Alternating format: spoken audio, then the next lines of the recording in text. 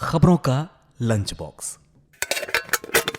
नमस्कार, radio money 9 पर आप सुन रहे हैं खबरों का लंच बॉक्स। मेरा नाम है अमन गुप्ता। भारत में अब कोरोना के बूस्टर डोज के तौर पर नेजल वैक्सीन लगाई जाएगी। इस वैक्सीन का नाम रखा गया है इनकोवैक।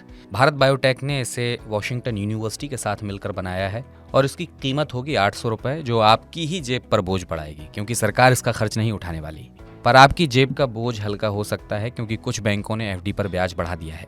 एक खास स्कीम भी है जो फायदे वाली हो सकती है, तो इस बारे में बताएंगे आपको।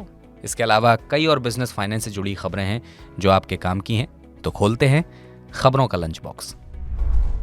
भारत में गिग कल्चर लगातार बढ़ रहा है। नीति आयोग की एक रिपोर्ट है जो कहती है कि गिग वर्कर्स की संख्या 2022-23 में 99 लाख तक पहुंच जाएगी। ऐसे में पीएफआरडीए यानी pension fund regulatory and development authority ये चाहती है कि ब्रिटेन की तरह भारत में भी गिग वर्कर्स को पेंशन मिले।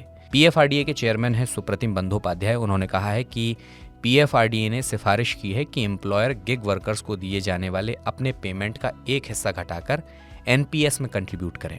अगर ऐसा होता है तो अनऑर्गेनाइज्ड सेक्टर में काम करने वाला 90% से ज्यादा वर्कफोर्स पेंशन के दायरे में आ जाएगा। और शेयर बाजार की 2 दिन की तेजी पर आज ब्रेक लग गया। सेंसेक्स और निफ्टी दोनों ही लाल निशान में खुले। सेंसेक्स 115 अंकों की गिरावट के साथ 60,811 के स्तर पर और निफ्टी 47 अंकों की गिरावट के साथ 18,084 पर खुला। आईटी, मेटल्स और पीएसयू बैंक में गिरावट देखी जा रही है। हाल ही में बैंकों ने अपनी एफडी की दरें बढ़ाई हैं। देश के बड़े प्राइवेट बैंक एक्सिस बैंक ने 2 करोड़ से कम की सभी टेन्योर्स की एफडी पर ब्याज दरें बढ़ा दी हैं। वहीं कुछ चुनिंदा एफडी पर भी ब्याज दरें बढ़ाई गई हैं। अभी एक्सिस बैंक और एचडीएफसी बैंक सबसे ज्यादा 0.8% तक का एफडी पर ब्याज दे रहे हैं। और अगली खबर भी बैंकों से जुड़ी हुई है। बैंक ऑफ बड़ौदा जल्द ही अपनी एक स्कीम को बंद करने जा रहा है। इसका नाम है बड़ौदा तिरंगा डिपॉजिट स्कीम। हाल ही में बैंक ने इस पर ब्याज दरें बढ़ाई थी और इसमें कस्टमर्स को 444 और 555 दिन की एफडी पर 7.5% तक का ब्याज मिल रहा है।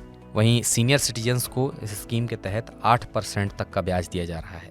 तो अगर आप एफडी में इन्वेस्ट करना चाहते हैं तो जल्दी कीजिए क्योंकि 31 दिसंबर के बाद ये स्कीम बंद हो जाएगी। कई देशों में इन दिनों कोरोना के मामले फिर से बढ़ने लगे हैं। इस बीच आपके लिए एक अच्छी खबर है।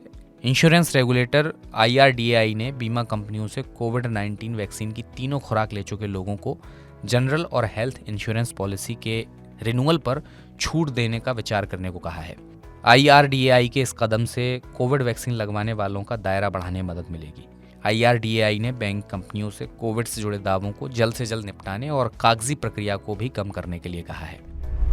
अब पेमेंट से जुड़े सभी तरह के फ्रॉड की जानकारी नए साल से आरबीआई के दक्ष पोर्टल पर रजिस्टर की जाएंगी। दरअसल आरबीआई की ओर से जितने भी अधिकृत पेमेंट सिस्टम ऑपरेटर्स हैं या पेमेंट सिस्टम पार्टनर्स हैं, उनको ये जरूरी है कि वो पेमेंट संबंधी फ्रॉड की जानकारी आरबीआई को दें।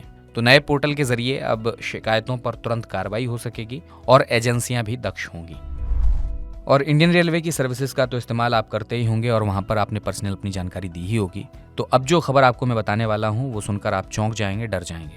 दरअसल इंटरनेट की काली दुनिया कहे जाने वाले डार्क वेब पर लाखों भारतीय यूजर्स का डेटा बेचा जा रहा है और ये डेटा भारतीय रेलवे से जुड़ा हुआ है।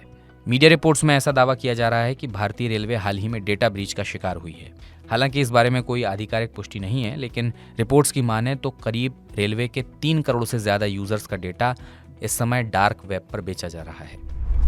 और तमाम तरह के चार्जरों के इस्तेमाल को लेकर आप भी परेशान रहते होंगे, लेकिन अब देश में सभी तरह के इलेक्ट्रॉनिक डिवाइसेस के लिए केवल 2 तरह के चार्जिंग पोर्ट होंगे। भारतीय मानक ब्यूरो यानी BIS ने USB Type-C चार्जर पोर्ट के लिए क्वालिटी स्टैंडर्ड को नोटिफाई कर दिया है। सभी कंपनियों ने स्मार्टफोन, टैबलेट और लैपटॉप जैसे इलेक्ट्रॉनिक डिवाइसेस की चार्जिंग के लिए USB Type-C को अपनाने पर सहमति जताई है। और अब देश में मोबाइल, टैबलेट और लैपटॉप के लिए सिर्फ एक ही चार्जर होगा और वो होगा Type-C चार्जर। वहीं स्मार्ट वॉच और जो वियरेबल डिवाइसेस हैं उनके लिए अलग चार्जर पर विचार किया जा रहा है। और भारत सरकार पर कुल कर्ज बढ़कर 147 लाख करोड़ रुपए हो गया है। इस लिहाज से देखा जाए तो 140 अरब लोगों के भारत देश में हर आदमी के ऊपर 1 लाख रुपए का कर्ज है। सरकार की कुल देनदारी सितंबर के आखिर तक बढ़कर 147 लाख करोड़ रुपए पर पहुंच गई है। इससे पहले अगर जून तिमाही की बात करें तो ये 145 लाख करोड़ रुपए थी। 2022-23 की दूसरी तिमाही में सरकार का ये कर्ज 1% बढ़ा है।